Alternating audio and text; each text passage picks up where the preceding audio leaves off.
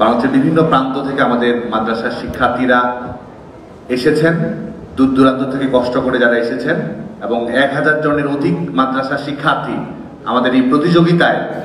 অংশগ্রহণ করেছেন। আজকে বাংলাদেশ ছাত্রলীগের পক্ষ থেকে আমরা সেই সকল অংশগ্রহণকারী মাদ্রাসার শিক্ষার্থী এবং আজকের চূড়ান্ত পর্বে অংশগ্রহণকারী মাদ্রাসার শিক্ষার্থী এবং একই সাথে বাংলাদেশের 50 লক্ষাধিক মাদ্রাসার শিক্ষার্থী যারা রয়েছে, যারা আজকে বিভিন্ন বাস্তবতার মধ্যেও, বিভিন্ন সীমাবদ্ধতার মধ্যেও স্মার্ট শিক্ষা ব্যবস্থা, আধুনিক লেখাপড়া, যুগোপযোগী সিলেবাস, কর্মসংস্থান এবং জীবনমুখী শিক্ষা পদ্ধতিতে আকৃষ্ট হয়ে আজকে দেশ গঠনে আত্মনিয়োগ করেছে, বাংলাদেশের বিভিন্ন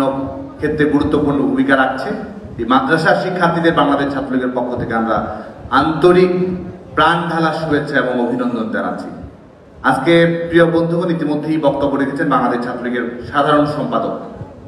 আমার প্রিয় সহযোদ্ধা, মাননীয় প্রধানমন্ত্রী বঙ্গবন্ধু দেশরত্ন শেখ হাসিনা স্নেহভাজন লড়াই সংগ্রামের অকুতোভয়ের সারথি শেখ ওয়ালিয়া সিবিনান আমাদের মাঝে প্রধান আলোচক হিসেবে উপস্থিত আছেন। আমরা যেই সংগঠনটি করি, যেই সংগঠনটির দলীয় সঙ্গীত যিনি লিখেছেন, জয় জয় ছাত্রলীগ,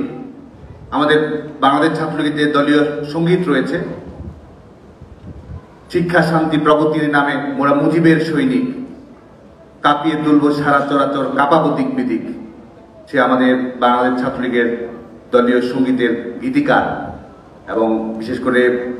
বঙ্গবন্ধু শেখ মুজিবুর রহমানের হত্যাকাণ্ডের পরে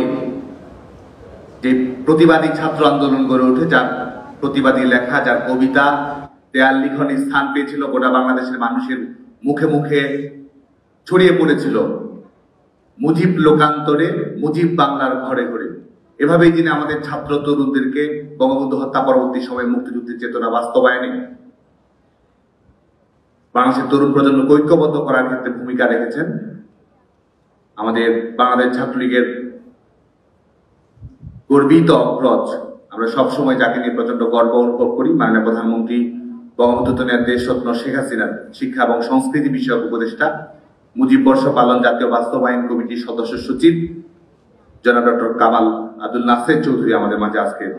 প্রধান আলোচক হিসেবে উপস্থিত আছেন। আমাদের মাঝে প্রধান অতিথিরা আসন অলঙ্কৃত করেছেন আমাদের বর্তমান প্রজন্মের কাছে অত্যন্ত প্রিয় একজন মানুষ, যিনি দীর্ঘ সময় ধরে স্বরাষ্ট্র মন্ত্রণালয়ের দায়িত্ব অত্যন্ত সুনামের সঙ্গে, দক্ষতার সঙ্গে, সাফল্যের সঙ্গে পালন করে চলেছেন এবং আমাদের বিভিন্ন ধরনের জঙ্গিবাদী কর্মকাণ্ডের ক্ষেত্রে প্রশাসনিক যে ভূমিকা, সেটির ক্ষেত্রে ভূমিকা পালন করা, মাদকের বিরুদ্ধে ভূমিকা পালন করা, বনদস্যুদের স্বাভাবিক জীবনে ফিরিয়ে নিয়ে আসার ক্ষেত্রে ভূমিকা পালন করা, বাংলাদেশের আইন শৃঙ্খলা পরিস্থিতি স্বাভাবিক রাখা, বাংলাদেশের মানুষের জীবন মানের নিরাপত্তা নিশ্চিত করা এবং গণমুখী ব্যবস্থা, প্রশাসনিক ব্যবস্থা গ্রহণ করার ক্ষেত্রে যিনি সত্যিকার অর্থে আমাদের প্রজন্মের প্রচন্ড অহংকার,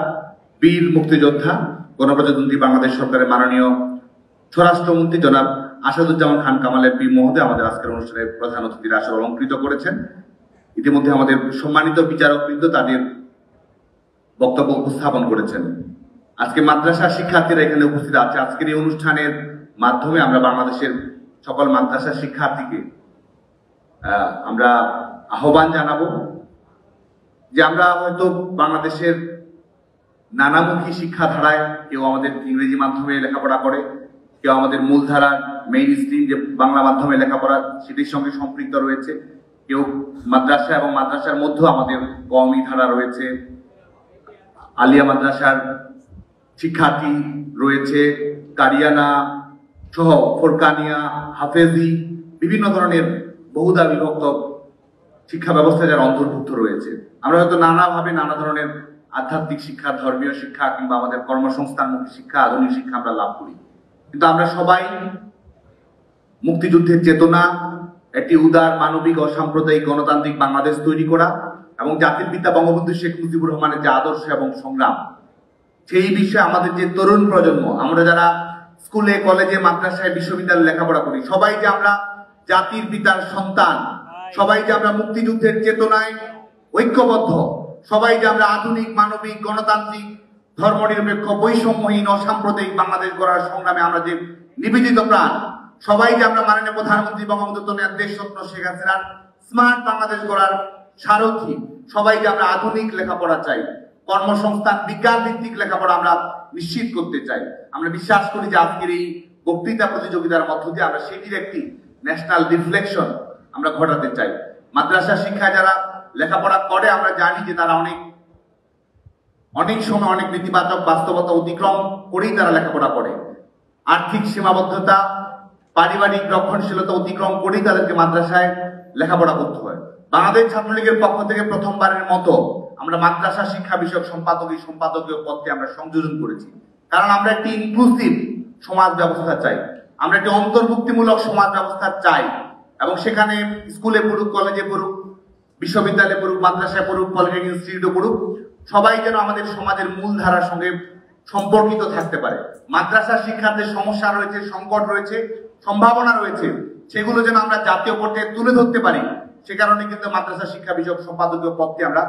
সংযোজন করেছি, এবং সেটির মাধ্যমে আমাদের ছেলেমেয়েরা যারা মাদ্রাসায়, কোমলমতি ছেলেমেয়েরা যারা লেখাপড়া করছে, যারা পবিত্র ধর্মীয় আধ্যাত্মিক শিক্ষায় যারা শিক্ষা লাভ করার সুযোগ পাচ্ছে, তারা একই সঙ্গে যেন কর্মসংস্থানের সুযোগ পায়, তারা যেন প্রযুক্তির এবং বিজ্ঞান ভিত্তিক লেখাপড়ার সঙ্গে সম্পৃক্ত হওয়ার সুযোগ পায়, লেখাপড়া শেষ করে চাকরির নিশ্চয়তা যেন তারা পায়, সরকারি প্রণোদনা তারা যেন পায়। মাদ্রাসা শিক্ষা পৃথিবীর বিভিন্ন দেশে যেভাবে হচ্ছে, যে ধরনের বিজ্ঞান ভিত্তিক শিক্ষা আজকে মাদ্রাসা শিক্ষার্থীরা লাভ করার সুযোগ পাচ্ছে, আমাদের ছেলেমেয়েরা যেন সেই সুযোগটুকু পায়, মাদ্রাসা শিক্ষার্থীরা যেন পিছিয়ে না থাকে, সেজন্যই কিন্তু আমরা বাংলাদেশ ছাত্রলীগের পক্ষ থেকে এই মাদ্রাসা শিক্ষা নিয়ে আমরা ধারাবাহিকভাবে আমরা কাজ করার চেষ্টা করছি।